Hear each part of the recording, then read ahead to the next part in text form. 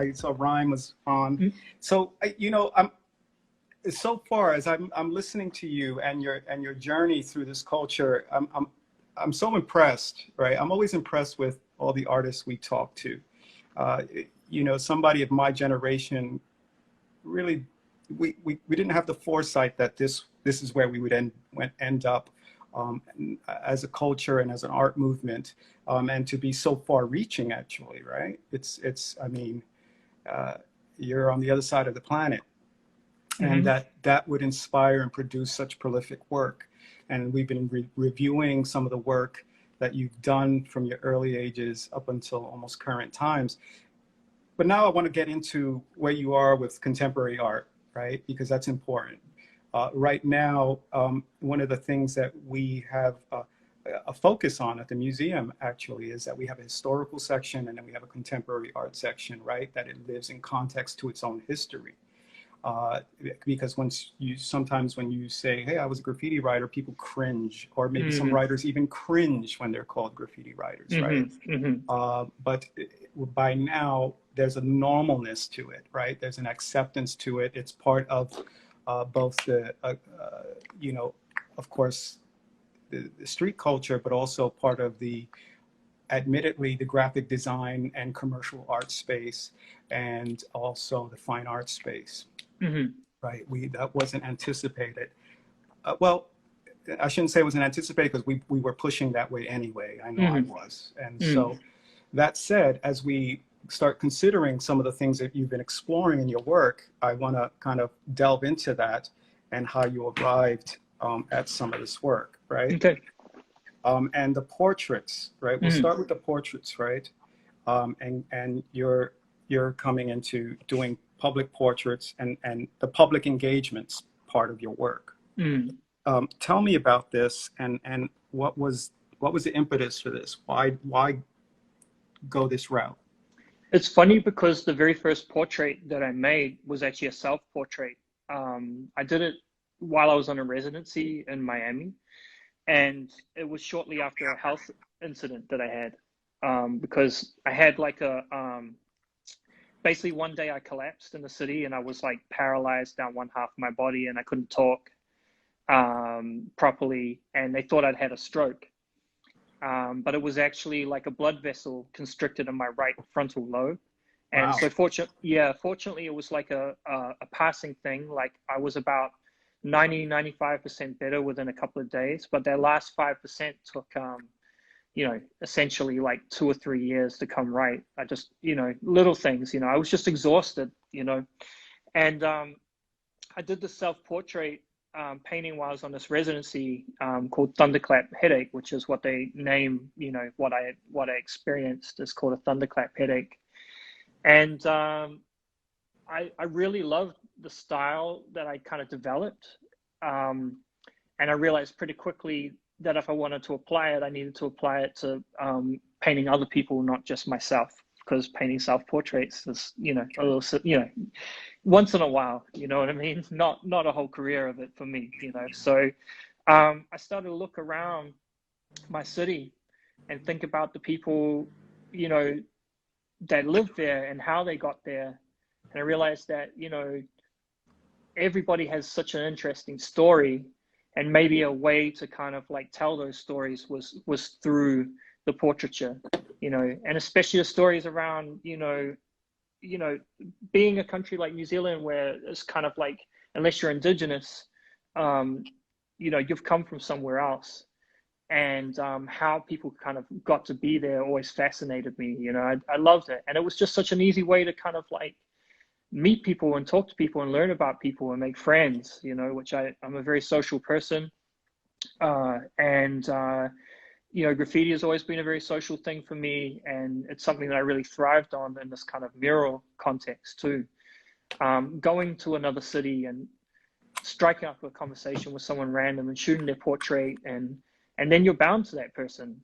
You feel a responsibility to represent them really well, and to make sure that what you put out there, is amazing, and in that context, that it's something that they feel really positive about, and people from the community love it because it's like somebody that they often know. Like in this case, her name is Kristen, and she was working at a deli where I went to go get a sandwich, and I was really kind of like stuck on who to paint a portrait of for this mural festival. And I had a conversation with her, and she was really open. And then she ended up being like on the front page of the paper. They did a whole bunch of local press about her, and you know, I maintained contact with her and with her mother. Like, you know, you sort of become really connected to these people. It's quite amazing. Well, it's nice because you're recognizing local people, right? Who seemingly seem invisible by others. One of the things that strikes me about this particular painting is the technique, right?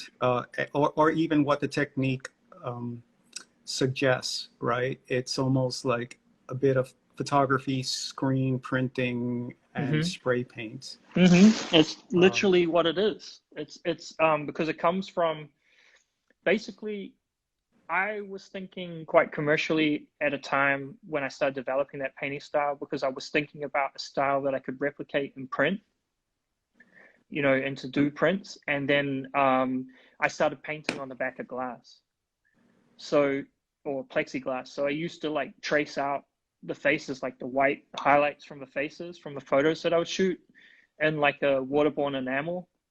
And then I would paint all of the other layers working backwards using makeshift graffiti tools, mops, you know, markers, spray paint, anything. And then eventually seal it in with a solid color, and then flip it around, and I'd get to see the image. I'd often not look at it until I completely finished. So on a wall, I would have to build it the other way. You know, Right. I would prime it, and then I would build up all these layers, and then those layers would then become my grid.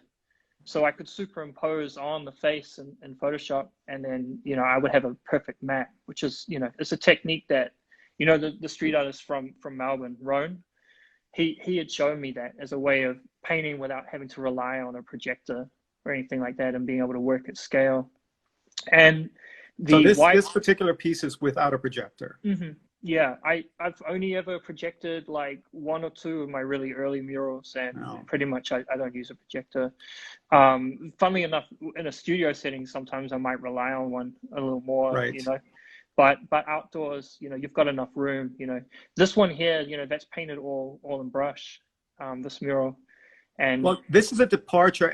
This one I feel like is misplaced in the line of work. So I'll come back to this because I think these works, these portraits, are quite beautiful. Cheers, thank you. They're I don't know. They feel so subtle in a way because of the tonality, the gray. Yeah, because originally I just used to work in white, but then I started working in 4 or 5 shades of gray.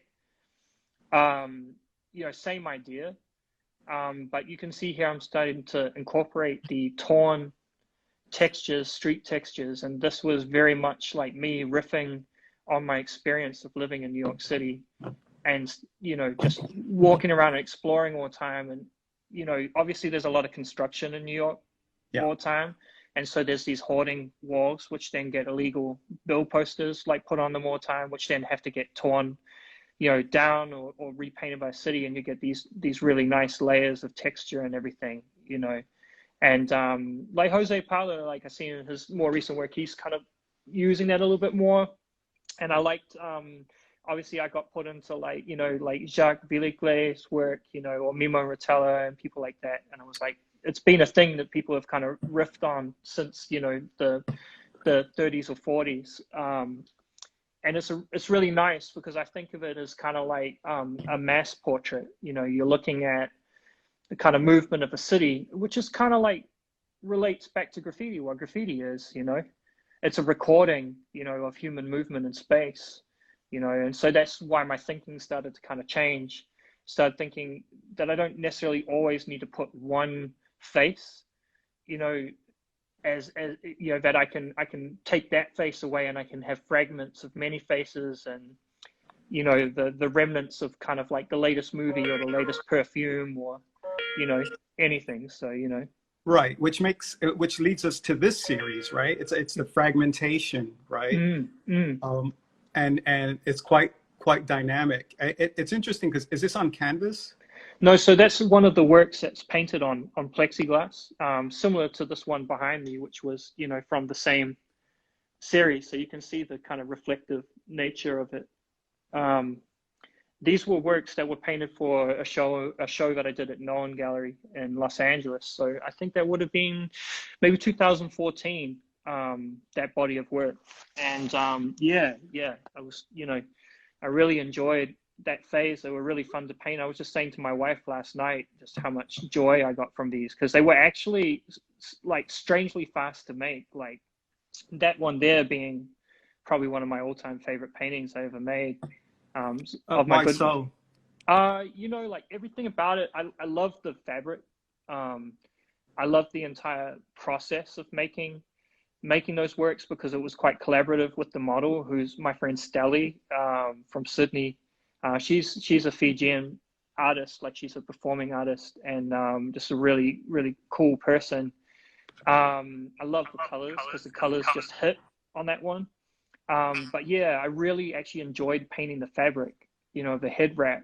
And if you sort of zoom in close enough, you can actually see, like, you know, it was like a calico or kind of a canvas.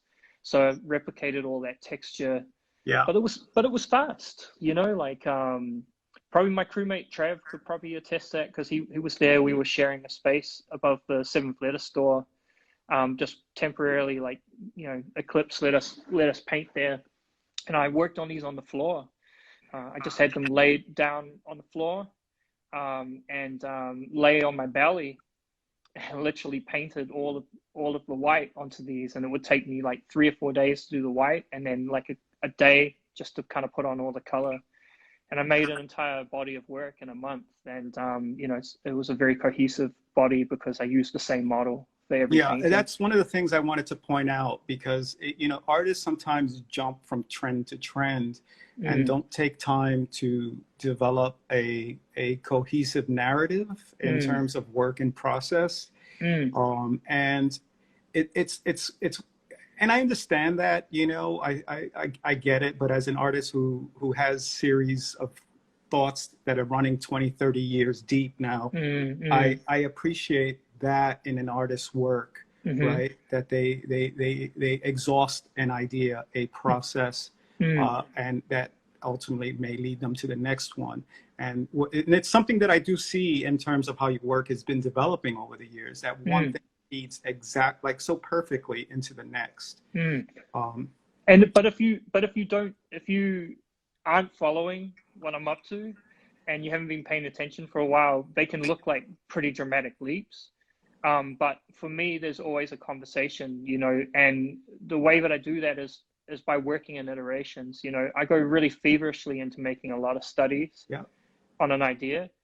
And then once I've kind of really worked out how to make that idea, like how to actually kind of make something that resembles my idea inside my mind, and is reflective of that, then I try to then bring that back and reintegrate it into an earlier idea. So that it's just kind of constantly building and building and building. And I work with a lot of unconventional kind of digital media as well. You know, like I've been known to walk around with a portable 3D scanner. You know, like I've always embraced using just even my phone as an art making tool. You know, and I love the play between digital and analog. Oh, same here. I'm a big fan of tech. You know, if you for those that know me from day one, you know, I've been tech, and advocating for us to embrace it, and all these new technologies. And I think you and I could probably geek out on a lot of that.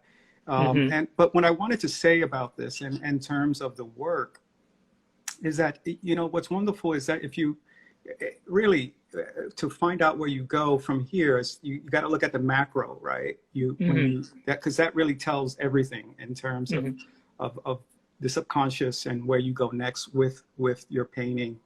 And so I appreciate that about what I've been looking at with your development, and this work.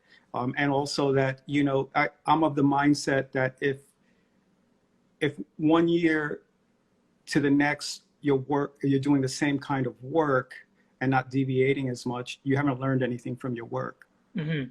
You're not. Yeah, it's funny because I was actually just having a conversation with Ewok the other day, and he was sort of telling me about a conversation he had had with a bunch of other artists, and it was sort of saying that, you know, I'm definitely not somebody that has stuck to one trademark or recognizable thing for too long.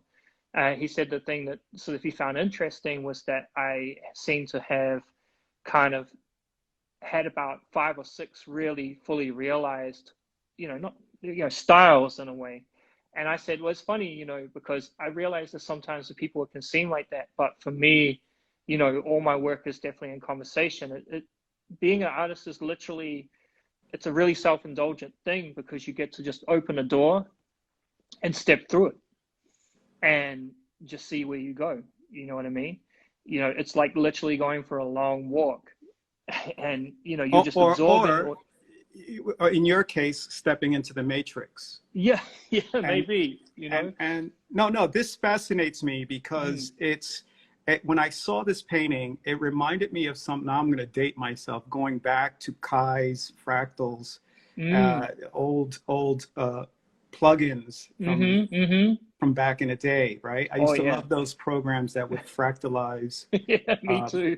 And it was fascinating because it the thing for most people, non-objective art, sometimes it's hard to swallow if you don't know where they derive from. Again, this derives from technology, a familiar technology to me, right? But you mentioned that these works are born from 3D scanning, right? So tell me a bit about that. Well, not this one specifically, but it is because I used to use my 3D scanner all the time, and I would use it wrong, because I liked it better when you got an impartial scan. So you would have all of the jagged kind of artifacts, yes, and kind of incomplete shapes. Like to me, that was way more interesting. And then, like taking the taking that shape and then basically like mapping it, because you put on a UV map, which is like your texture map. So I took the street textures from New York that I have a massive archive of photos. Like every day I would just be walking around documenting every little bit of texture, and I would map that onto the 3D objects, and then I would just play with the tiling and the scaling of a UV map to kind of just find something weird and interesting. But when COVID happened, and these are the ones that I mentioned, I couldn't use my 3D scanner. I mean, I was going to run out of things to scan, because I was literally just at my parents' house in New Zealand, kind of just waiting for this lockdown to end. So this is when I started playing with making the 3D shapes from scratch using Forger, which more or less is like modeling with a ball of clay. And you can just kind of use all these different tools that are based on sculpting tools. But I was just pulling all of the points and scraping and twisting and bending everything until I get these really weird. So have you put your hand to sculpture? Because, to me, one of the things for many years, I used to kind of complain, like, why aren't writers sculpting more? And it's not to, I think that to me, I've always said this to painters: if you want to be a better painter, become a sculptor. And that it's in this genre it alludes to that by the virtue of the kind of painting you were doing, right? The 3D paintings that lift off the wall. But, even in a contemporary sense, why not realize these in real space? That's my ultimate dream, to be honest. That's really where I want to go, because, and it's always been pulling me, I actually made a lot of sculpture when I was a lot younger. And played with these kind of abstract 3D forms, but I just wasn't really coming at it, from the right kind of angle. I was young, and I was under-resourced, and I think that, I think sculpture is like, if people think that kind of making a crust from painting and kind of pulling together all your resources to make paintings is expensive. Oh man, sculpting is like a whole, and you can attest I this. always say it's the rich man's art. I've been doing it all my life. People don't even know how much I actually struggle with it, but it's beautiful. But here's the thing: that technology is enabling me through 3D printing and visualization to accomplish certain things. And I think there is um, more opportunity for artists to explore that space than ever before. Yeah. That said, that doesn't mean you're going to get the collectors and the Mm. museums, and there's a different overhead as opposed to painting and drawing. Mm. But I think the thing is that you have to be very clear about what your motivation is, and not to sound cliched and be like, oh, you can define success differently. It's not all about, making it in the kind of, the commercial sense or whatever. But truly, like being an artist is like, I didn't get into this to make money. I mean, I didn't make money really from doing graffiti. It cost me a lot more than it gave me, and enriched me in other ways. I want to be part of a conversation. I I want to so be, appreciate you saying that. I really relate to that. And I also say it's not about the current conversation, right? We have a conversation with history, exactly. and how do you pull history forward? Hmm. It could be, again, a more immediate history within proximity in terms of graffiti, or it Mm. could be something in 20th century or Renaissance art, for that matter, Yeah, even further down the road. absolutely. Like when me and Burst, as I mentioned, when we were really, really focused on pushing graffiti in different directions, and we came up with this term niche, which you would have seen in the comments. Ryan sort of referenced it earlier. We wanted to, and that stood for next echelon, like, which was just a joke. Like, we're like, how far are we going to take this? And he'd be like, to the next echelon, and you know, just being dicks at the wall, but then it kind of caught on. We thought about how can you change graffiti, and how important is it to change graffiti, because often it's very self-referential and very nostalgic.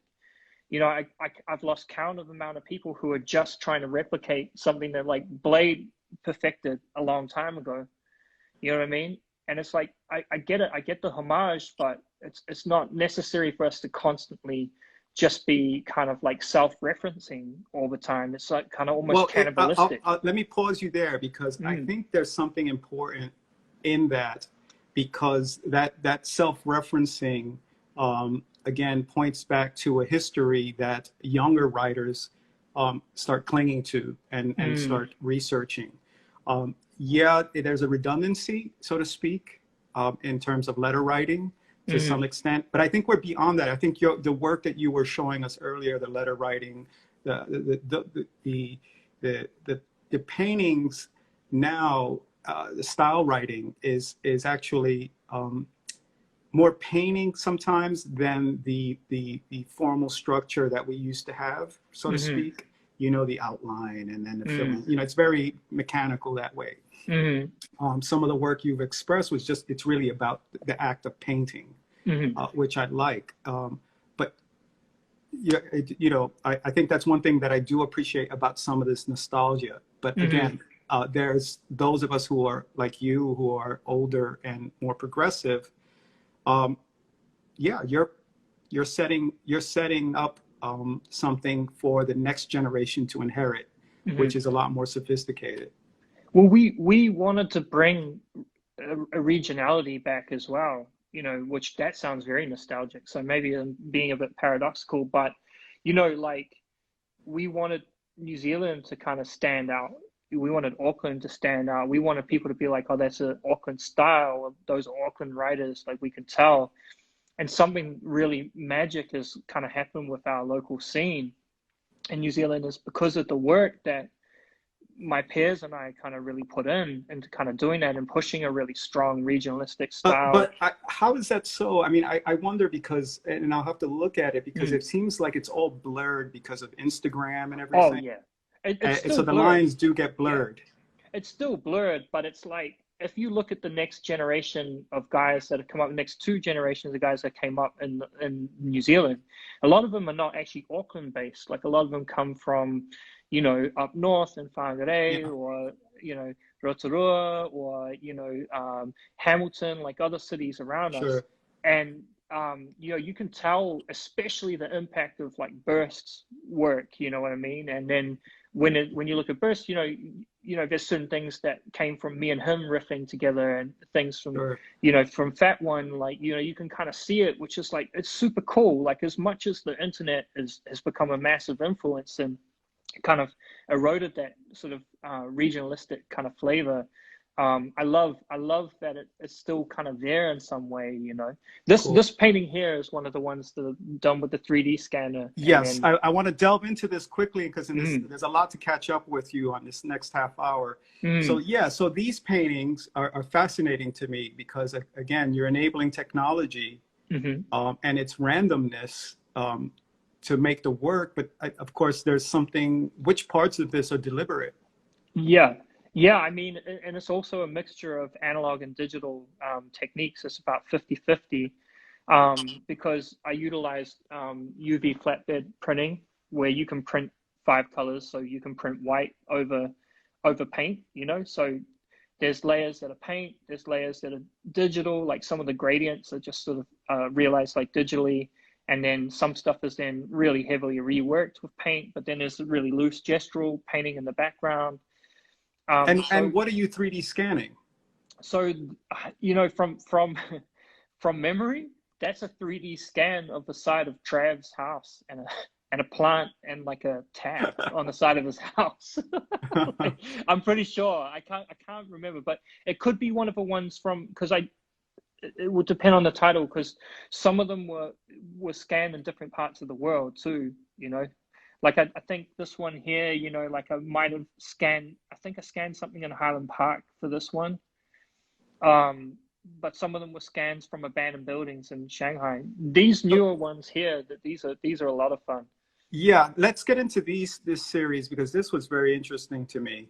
Again, this seems like everything's culminating Yeah. at this point.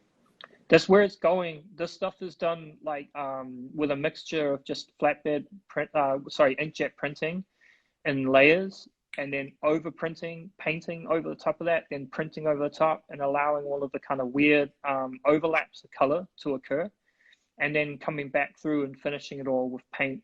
And I did these, like a friend of mine in New York, you know, runs a small printing like operation on the side. So he was just allowing me to come through and just jam, which was just like a dream for me, because like most printers, like, you know, if you go to a commercial printer and ask them to do something, they're definitely not going to take the risk of running something back through with paint on it, or, you know, out of fear of kind of, you know, dirtying the equipment, or, you know, or they just want you to leave something and you're going to come and pick it up later when they found the time. But having access to the equipment is just like super cool. The way that and so let me interject for a second. In terms of the subject matter you're choosing, is it just random application, or is there some kind of thematic?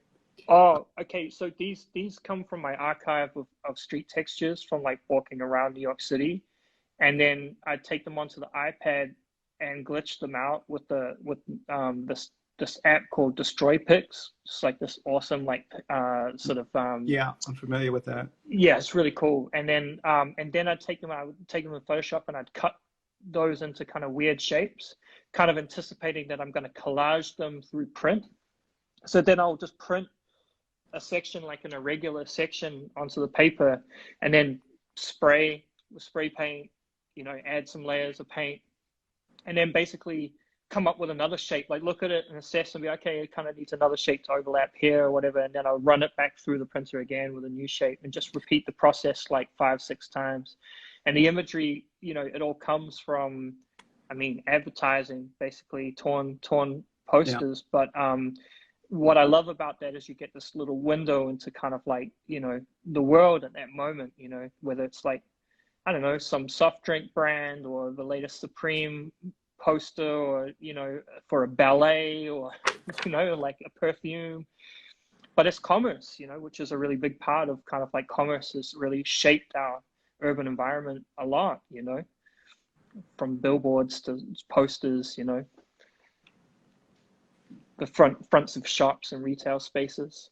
But yeah, these are a 50-50, once again, mixture of digital and analog techniques. And even the digital aspect of it is very doctored and manipulated and pushed around. So, you know, I'm not afraid of kind of painting and in different ways and kind of bringing that together, the question of, whether it's a painting or not. Well, Kind of, I one think of the that's all. things I like about it, Mm, again, the you're making art of your time with the tools of your time, mm-hmm, and I think that's critical. And I appreciate, again, tradition and analog stuff and everything. But here we have an opportunity to explore ourselves and our subjects in again, with new tools in a combination with old tools. mm-hmm, And, I know some of my purist friends always knock me for advocating for technology, the synthetic. They think there's something synthetic about technology rather than the synthesis, right? And that mm-hmm, in synthesis you can draw out emotion, mm, right? And that it's a bit of both. mm-hmm. I agree. I agree, and it's like what's more important than kind of ideas, you know what I mean? And having the freedom to explore ideas. I mean, that's what it's about, And that's what I enjoy, and I like the speed in which harnessing different technologies enables me to work. I can be super productive and bang out ideas at the speed of, as the speed that they come, whereas, if I painted every single one of these by just purely by hand, I would pretty much have gone through the process of creating my reference image. This would just be my reference image, and then I'd be recreating it by hand. I don't really want to do that on a small scale. I love doing it on a large scale though, because it translates super well when, I replicate that onto a large wall and I Right. use one of these Well, as reference. one of the things that you mentioned is speed, right? One of the things that graffiti writers, not all of them, but you want to get in and get out, and Mm-hmm. I think that kind of action painting, that the muscle memory that you develop from that, um, is something I really, that kind of mentality is what I like. Mm-hmm. Even as a sculptor, I don't like fussing around. I like to go in, do my piece, get that out the way really quick, Mm-hmm. and not think about it too much. That I know where I'm going to arrive, and I need to get out of that layup, meaning the shop, right? Mm-hmm. Yep. Uh, I don't want to fuss around because it's occupying too much energy and space on an idea that is so immediate and dynamic. Mm-hmm. How much time would you have spent on something like this painting? Mm, like all up, like still it kind of equates to a couple of days, but I consider that fast, because I know there's people that work on. Sometimes I do work on much slower paintings, and some paintings take me like 4 or 5 months. You know, Oh, that's it's tedious. yeah, and It's so I don't. required though. Yeah, I mean, I don't mind doing it sometimes, but I really love making these. Like, I mean, honestly, like it's so enjoyable. There is that aspect of, as you say, being a graffiti writer is not just about the kind of getting in and out, but it's also the gratification, and we live in a weird time, where we kind of want a lot of quick gratification, and, we have these very content hungry platforms that we use that you kind of start to feel like you're not doing anything important if you're not like constantly wowing everybody with a pop hit every 2 days. Yeah. Well, Um, there's this allure. I'm glad you're saying that because that segues into it's kind of some of the closing statements I want to explore with you. mhm, That I saw that you posted that I wish other people go to your blog and read. mhm, And it was this statement, and I'll read it. You say, the other young artists my age from outside of graffiti, those that were at actual art school, were pretty cool, and lots of us lived and hung around the KRD. Went to the same cafes, gigs, and parties together. There was definitely an innocent moment before we all knew too much about how the art game functions. In many ways, they obviously went into subversive territory a lot earlier than my friends and I, playing with intermedia, installation, etc. They learned art history and understood some things about the continuum of art and how to contextualize what they were doing within that. My friends were subversive in a different way. It was in how they lived. They stole everything they used, ate, and wore, and navigated this very hostile world outside of regular attempts to make art beyond that was, oh, I'm sorry, I read that wrong. Very hostile world outside of regular society. We only understood graffiti writing, and our attempts to make art beyond that was pretty naive, to be honest. But I love that. Yeah, when I opened the gallery with my friends in 2000 and must have been 2003 or 2002, 2003. You know, most of the people that showed were graffiti writers, and most of them had never made any type of art exhibition or work for an art exhibition before. And we started to feel this weird dichotomy, you know, at a certain point between us and the kind of the rest of the art world and the other galleries, and also some of our friends that were at art school that were kind of like, you know, they weren't like actively talking down about what we're doing, but we definitely weren't coming from an educated standpoint. And you know, there was a part of me that always started to feel like you know, less than because of that. Like we had to kind of prove our validity or something. And then also kind of feeling that temptation to look negatively about what we were doing. But now on reflection, it was so pure, which I love, Yeah, you know, and I appreciate that more, you know. sure. And when I read that post, it really struck me in a way about um, you know, the innocence, right, that Mm-hmm. came from this, it, for many of us, and Mm-hmm. then the kind of exploitive nature. I mean, look, it's self-exploitation. I am not going to lie. As a Mm-hmm. young artist, I Mm-hmm. was pushing. If anybody that knows me is that I've been pushing kind of for this bridge, Mm-hmm. right? But within reason, right? Mm-hmm. Within legitimate reason, and within the within, how do I put it? With the understanding, right, that there's a great conversation to be had by those that really were there and those that truly practice it, not those that are kind of emulating it to buy Mm-hmm. in, so to speak, right? Mm-hmm. Mm-hmm. And now that it's graffiti is kind of just in the graphic design vernacular and commercial design vernacular, you know, the cat's off the bag, that's fine. We Mm-hmm. get it, right? But I think as we do these talks and I talk to artists, really it's you start to see, you start investigating people's souls, right? You start investigating what their conditions were in their place that drove them to that, right? And that is different towards many of the new generation and the street artists that came to this, because there's this allure of celebrity and you know, marginal wealth, and also the art world and institutions, right? Mm-hmm. There is this kind of, I don't know, you know, this kind of weird codifying by the art world. And Mm-hmm. it's been, you know, from the 80s when all those guys, all of us, from Crash, Dondi, Ramelzi, A1, and Cal, we all understood that in a way that there was something novel about us, about these people getting their hands dirty with these ghetto kids and stuff. Mm-hmm. Mm-hmm. And you know, one of the things that COVID has taught us, and you know, and this is why I'm really proud of the Museum of Graffiti, is because, you know, we shuttered our doors, but we didn't shutter ourselves out of the reach of the artists and the community. Mm-hmm. We kept engaged and supporting them and our staff, because there's this world and then there's that world, right? Mm-hmm. And those of us on this side of the tracks, like you said, you were doing it because you loved and wanted to do what you do.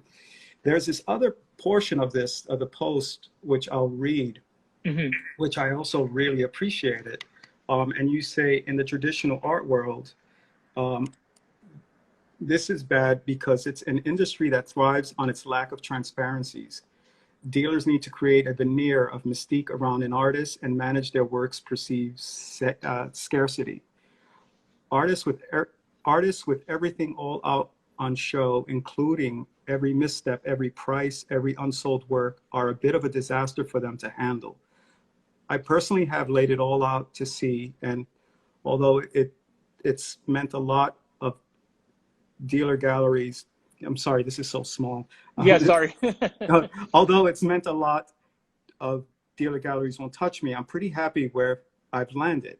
For the most part, I deal with people interested in collecting my work directly. I enjoy the interpersonal engagement, and it's helped me maintain perspective about where I'm at, which in turn helps me feel gratitude. I haven't given up entirely on showing with galleries, but I will never be beholden to one. For a lot of people, that is a counterintuitive stance because a truly reciprocal and sustained relationship with a gallery takes a lot of work from both parties over many years.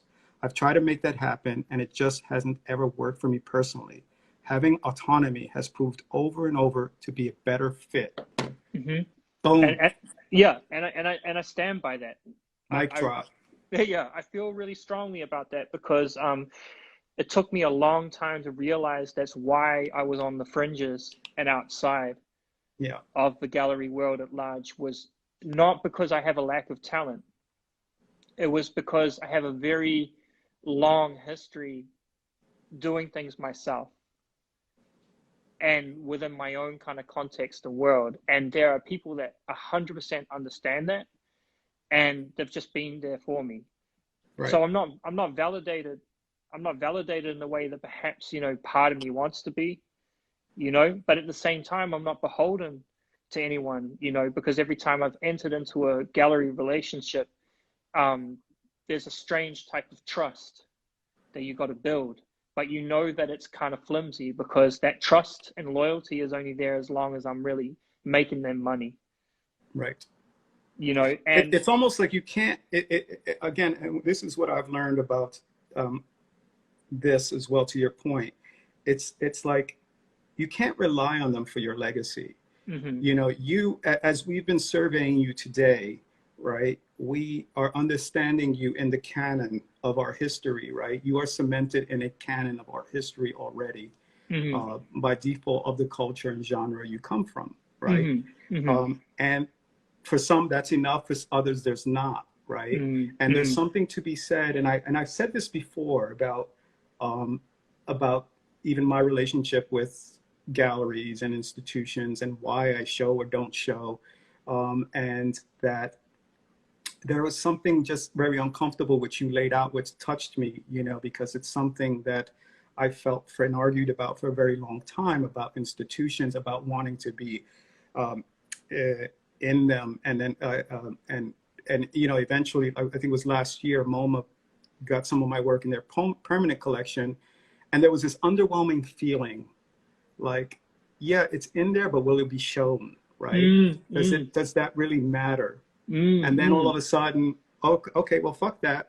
We've got the Museum of Graffiti. We've got our own home, mm-hmm, right? mm-hmm, That's fine. Maybe in context to some of those things that I grew up with. I grew up in museums in New York. I would say I grew up between layups and museums, mm-hmm, questioning, like you, questioning where are we in relationship to all of this, right? mm-hmm, mm-hmm, And here we are in kind of this autonomy, right? This world that's autonomous from that, and that is thriving and growing.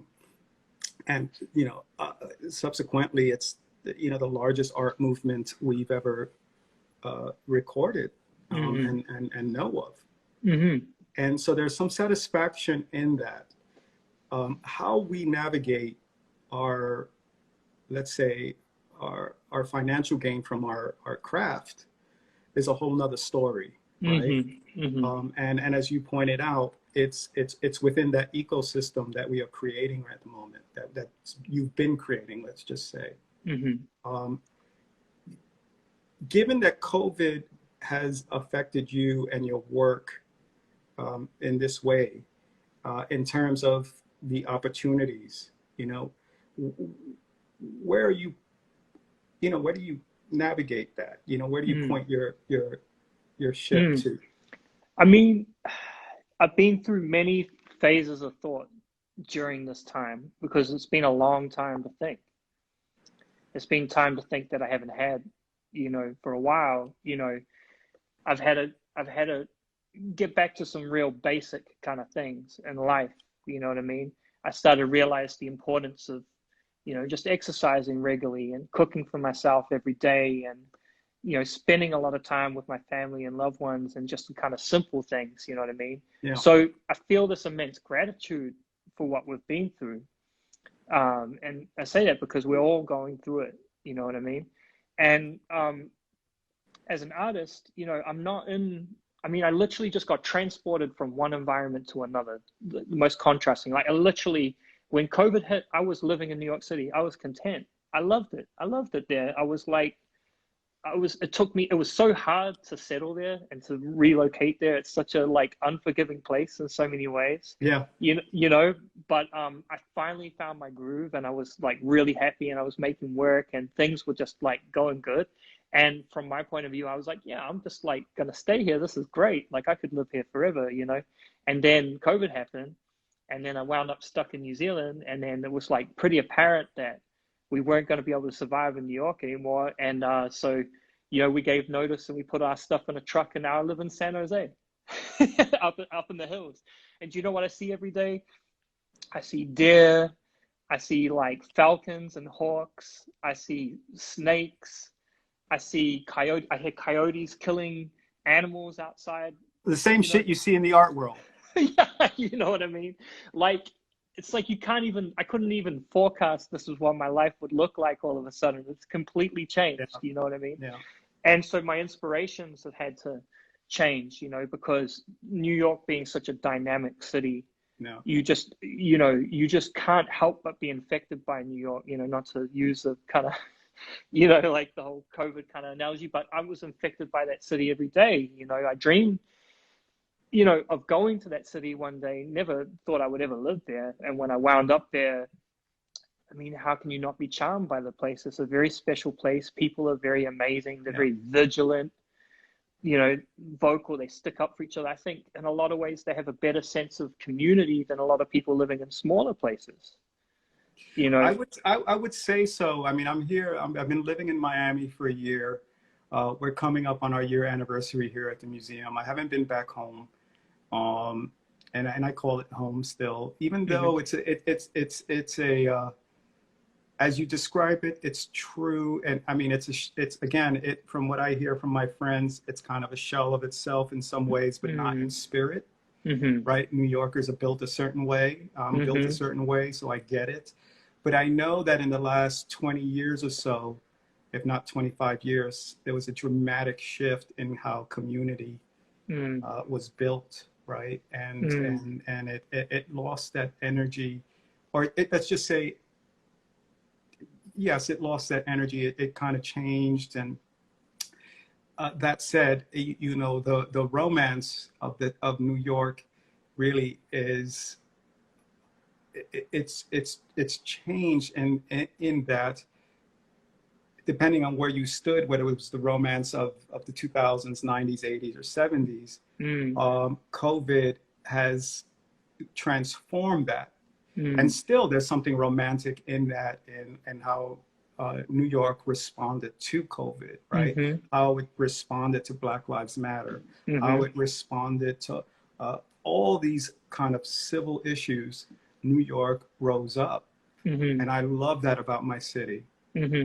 Yeah, I just think that there's no place like it, you know.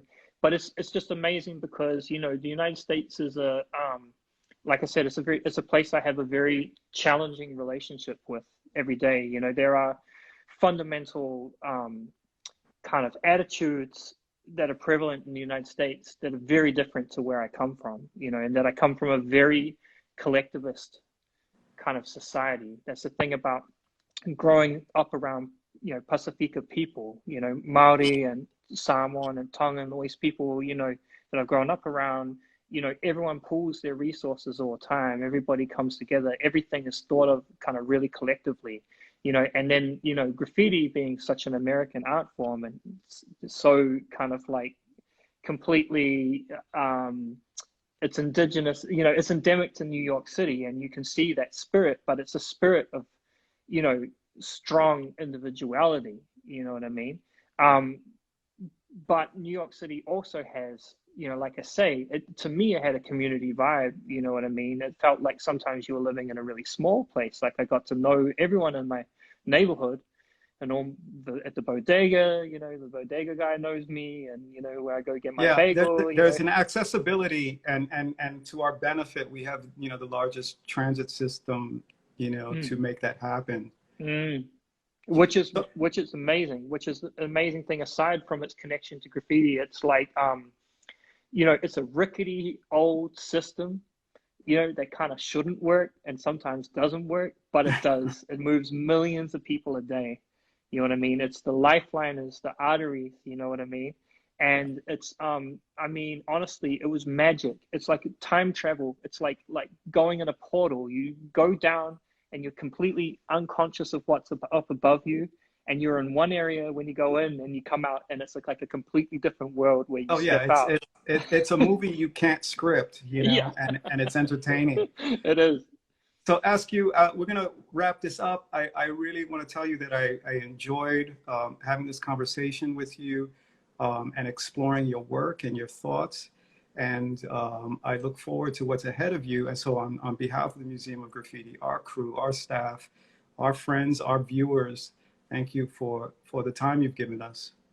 Oh man, I honestly I appreciate it so much, man. I really stressed out I wasn't going to get on here to have this conversation. I was so bummed because, you know, obviously I felt really grateful that you guys reached out, and I feel really grateful to have a conversation with somebody who, you know, is obviously a huge influence. You know, you've been, you know, you're one of the early, really progressive kind of thinkers around all of this stuff, and one of the first people to, like, you know, you and a handful of guys, you know, at the same time kind of stepped out of the traditions and started pushing it in different directions, you know, and that was really inspiring. It was right at the time that I got on the internet for the first time. So I was watching this as a 15, 16-year-old and getting hyped, you know, and thinking differently because of people like you. So, you know, I appreciate that. I really appreciate having the chance to have this talk with you, and to have you contextualize my work in a way that was very meaningful. So I appreciate it so much.